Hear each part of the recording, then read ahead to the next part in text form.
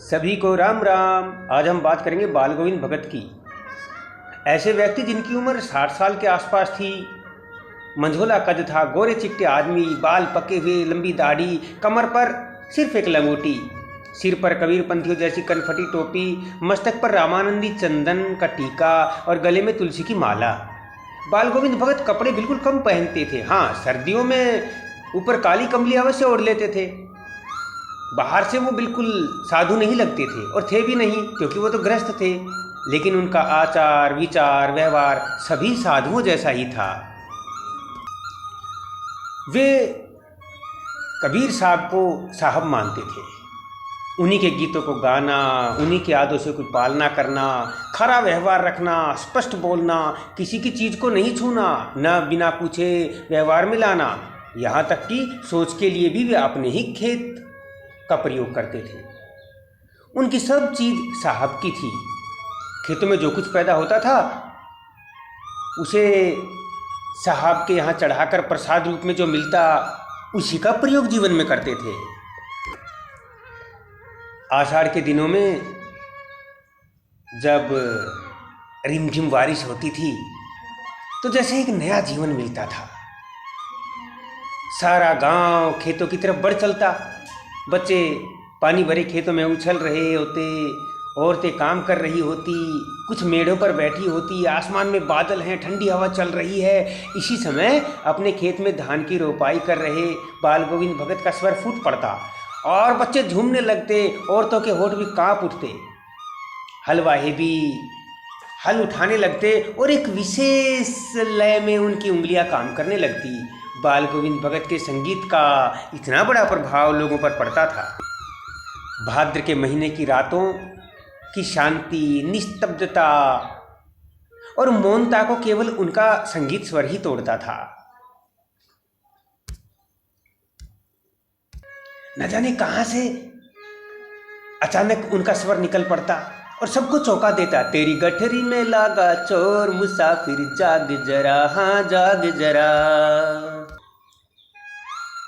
कार्तिक आते ही उनकी प्रभातियां शुरू हो जाती थी जो फागुन तक चलती थी। न जाने कब उठकर गांव के 2 मील दूर नदी में स्नान करके लौटते और गांव के बाहर ही किसी पोखर के ऊंचे से भिंडे पर लेकर गाने लगते थे। एक दिन लेखक भी वहां खींचा चला गया और उसने देखा कि दांत किटकिटाने वाली सर्दी में भी काली कमली ओढ़े भगत खंजड़ी बजाए चटाई पर बैठे हुए गा रहे हैं। लेखक ने देखा कि खंजड़ी पर उनकी उंगलियां बिल्कुल आराम से काम कर रही हैं। गाते गाते इतने मस्त हो जाते थे कि कमली सिर से कब खिसक गई उन्हें पता ही नहीं चलता था।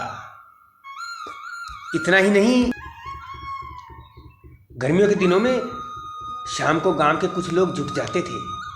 खंजड़ियों के साथ तालियों की आवाज़ आती, भगत पद गाते और प्रेमी मंडल उसे दोहराते। धीरे धीरे स्वर इतना ऊंचे होने लगता कि सब के गले से वही आवाज़ निकलने लगती और सब खंजड़ी के साथ नाच उठते। सबके तन मन सब में एक नया जोश, एक नया उमंग भर जाता। उस दिन भगत के व्यवहार ने सबको चौंका दिया जब उनके इकलौते बेटे की मृत्यु हो गई, जिनकी शादी बड़े साध से, बड़े लगाव से भगत ने करवाई थी। भगत ने अपने बेटे की लाश को चटाई पर लिटाकर एक सफ़ेद कपड़े से ढक दिया। अपने ही रोपे गए पेड़ों से कुछ फूल तोड़कर उस पर डाल दिए, कुछ तुलसी दल भी डाल दिए। सिराने एक चिराग जलाकर रख दिया और ज़मीन पर आसन जमाए वही पुरानी तल्लीनता से लगे गाने। पतोह रो रही थी, उसे स्त्रियां चुप करा रही थी। भगत कभी कभी पतोह के पास जाते और रोने के बदले उत्सव मनाने को कहते। वे कहते कि आत्मा का परमात्मा से मिलन हो गया है, विरहनी अपने प्रेमी से जा मिली है, इसमें रोने की कोई बात नहीं है। यह उनकी उस सत्य स्वीकार करने की बोधता थी जो आत्मा को शरीर छोड़कर परमात्मा से मिलने पर सभी को प्राप्त होती है। भगत ने अपने पतोहू से ही बेटे की चिता को आग लगवाई।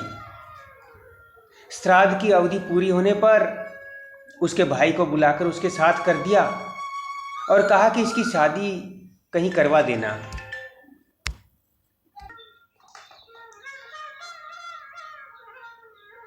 सारे काम अपनी पतोह के हाथ से ही करवाए और अंत में कह दिया कि अब तुम्हें अपने भाई के साथ जाना होगा। पतोहू रोती हुई कहने लगी, मैं नहीं जाऊंगी।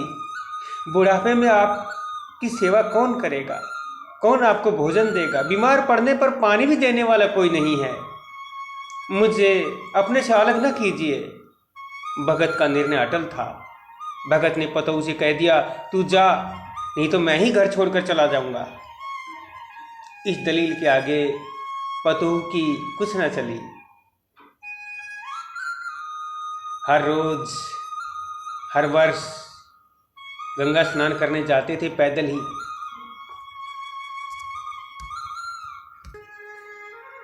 घर से करीब 30 कोस पर थी गंगा। जाने से लेकर आने तक वो कुछ भी नहीं खाते थे, बस प्यास लगी तो कहीं पानी पी लिया।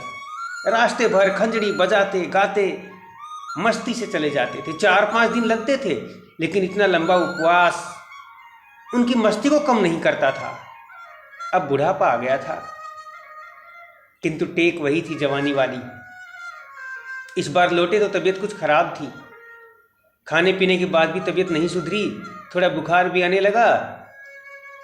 फिर भी नेम व्रत नहीं छोड़ा। सुबह शाम गीत गाना, स्नान ध्यान करना, खेती बाड़ी देखना, सब वैसा ही चलता रहा। लोगों ने नहाने धोने से मना भी किया, लेकिन वो माने नहीं और हंसकर टालते रहे। उस दिन भी संध्या में गीत गाए, परंतु भोर में लोगों ने गीत नहीं सुना। जाकर देखा तो सिर्फ बाल गोविंद भगत का पंजर पड़ा था। वे अब नहीं रहे थे। बाल गोविंद इस संसार से अलविदा कहकर परमात्मा के पास जा चुके थे। बाल गोविंद भगत पाठ रामवृक्ष बेनीपुरी ने लिखा और इस पाठ के पीछे उनका उद्देश्य रहा एक ऐसे व्यक्ति का चित्रण करना जो ईमानदार हो, आस्थावान हो, दिखावे से परे, विशिष्ट गुणों से परिपूर्ण सन्यासी की तरह जीवन जीता हो और समाज को एक नया रास्ता दिखाने के लिए लोक संस्कृति, सामूहिक चेतना, सबका सामंजस्य बनाते हुए इस समाज को एक नया रास्ता दिखा सके। आप सभी को मेरा प्यार भरा नमस्कार।